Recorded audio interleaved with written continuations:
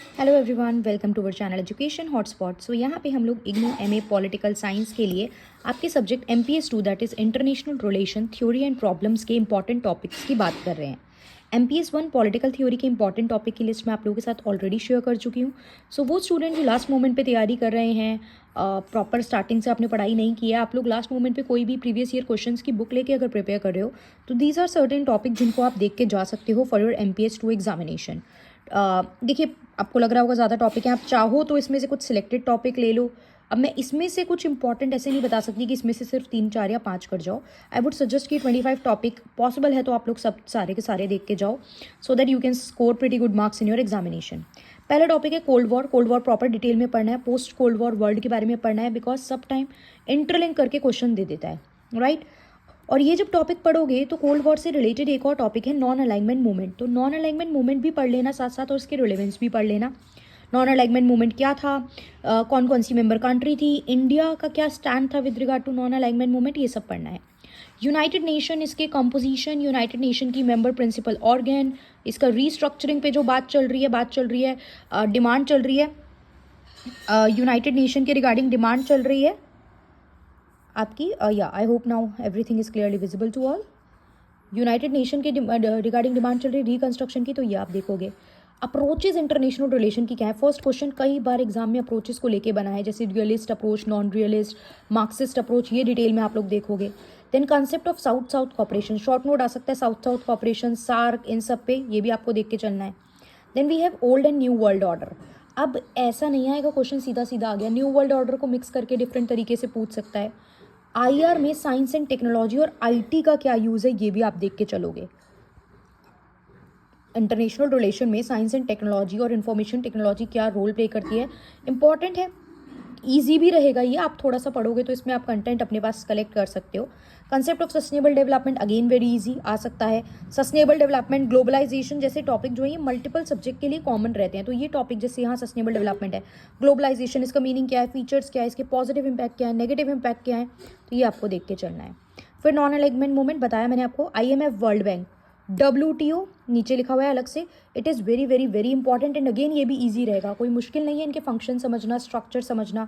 IMF क्या है, कब इस्टेब्लिश हुआ, स्ट्रक्चर क्या है, वर्ल्ड बैंक क्या है, इसके फंक्शंस क्या होते हैं, WTO का स्ट्रक्चर क्या है, रोल क्या है, रिलेवेंस क्या है, ये इंपॉर्टेंट, वेरी वेरी इंपॉर्टेंट, ये आप करेंगे। SAARC foundation, member country, SAARC के रोल, सार्क के ऑब्जेक्टिव, ये सब आप बात करोगे।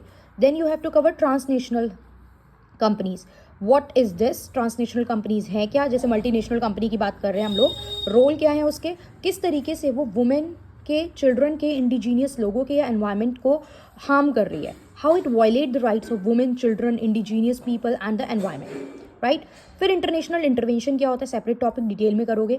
Dependency theory multiple time exam में पूछा है, इसे भी करके जाओगे, पढ़ा होगा, आइडिया होगा तभी प्रेजेंट कर पाओगे, अदरवाइज तुक्का मार के एक्सप्लेन नहीं कर पाओगे इस तरीके की चीज़ों को। इसमें फिर भी आप कुछ लिख सकते हो, ग्लोबलाइजेशन में फिर भी आप कुछ लिख सकते हो, लेकिन इन टाइप के क्वेश्चंस में आप बना के सब कुछ नहीं लिख सकते हो, आपको टॉपिक की अंडरस्टैंडिंग होना is very important. Then India's demand for permanent seat in UNSC। UNSC is a principal organ of the United Nation, मैंने अभी बताया यहाँ यूनाइटेड नेशन की जो मैंने आपसे बात की थी, तो इंडिया जो है UNSC का परमानेंट मेंबर नहीं है बट डिमांड कर रहा है, तो कहाँ तक ये डिमांड जस्टिफाई है आपको ये एक्सप्लेन करना है, right. Emergence of China as super power in the world politics, China emerging power, China का structure, old and new, concept of China, ये सारा आपको यहाँ पे पढ़ना है, ये क्वेश्चन पढ़ोगे इसी के साथ आप देख लोगे। चाइना को डिटेल में डिफरेंट तरीके से चाइना के रिगार्डिंग क्वेश्चन भी पूछा जा सकता है। ह्यूमन सिक्योरिटी मल्टीपल टाइम पूछा है, ये होता क्या है और इसके डायमेंशन क्या है, again easy to do topic. Next topic is also easy to do, NGOs, state and civil society में क्या रिलेशन है, पहले आप देखोगे, इनके रोल देखोगे and how they are inter related, ये सारी चीज़ें आप देख के चलेंगे। नॉर्थ साउथ डिवाइड क्या होता है, आपको ग्लोबल एनवायरनमेंट क्राइसिस के कंटेक्स्ट में उसको बताना है, एनवायरनमेंट को बेस रखना है और नॉर्थ साउथ डिवाइड उस बेसिस पे बताना है। Then what exactly is realism, इसकी अप्रोचेज या थ्योरीज क्या है, ये क्वेश्चन आ सकता है। नॉन प्रोलिफरेशन ट्रीटी पॉलिसी, इसको डिटेल में देखना है, मतलब इस टॉपिक को आपको इस तरीके से डिटेल में देखना है कि क्या है, ट्रीटी है, कंट्री जिसने साइन नहीं किया या उसका स्टैंड क्या था, ये सारी चीज़ें आप जब टॉपिक पढ़ोगे तो आप ये सब कुछ उस तरीके से डिटेल में पढ़ के चलोगे। ग्लोबलाइजेशन ऑलरेडी हम बात कर चुके हैं, डायस्पोरा क्या होता है और किस तरीके से डायस्पोरा ट्रांसनेशनल मूवमेंट को प्रमोट करते हैं, the people who are living outside their country वो डायस्पोरा कहलाते हैं, तो ये देखना है।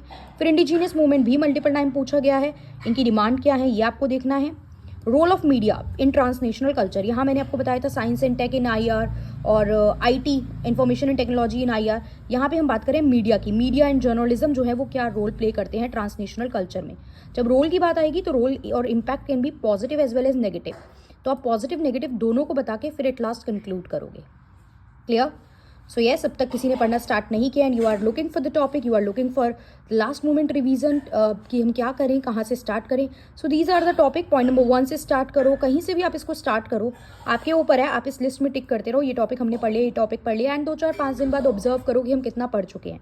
एंड इफ़ यू वांट कि मैं इसके सोल्यूशंस भी आप लोगों को प्रोवाइड कराऊँ, कुछ टॉपिक में एक्सप्लेन भी करूँ, तो आप कमेंट करेंगे। जितने ज़्यादा कमेंट, जितने मुझे लगेगा स्टूडेंट यहाँ पे हैं with regard to this subject, उतना ज़्यादा मैं डिस्कशन यहाँ पे इस सब्जेक्ट के सोल्यूशंस के रिगार्डिंग आप लोगों के साथ करूँगी।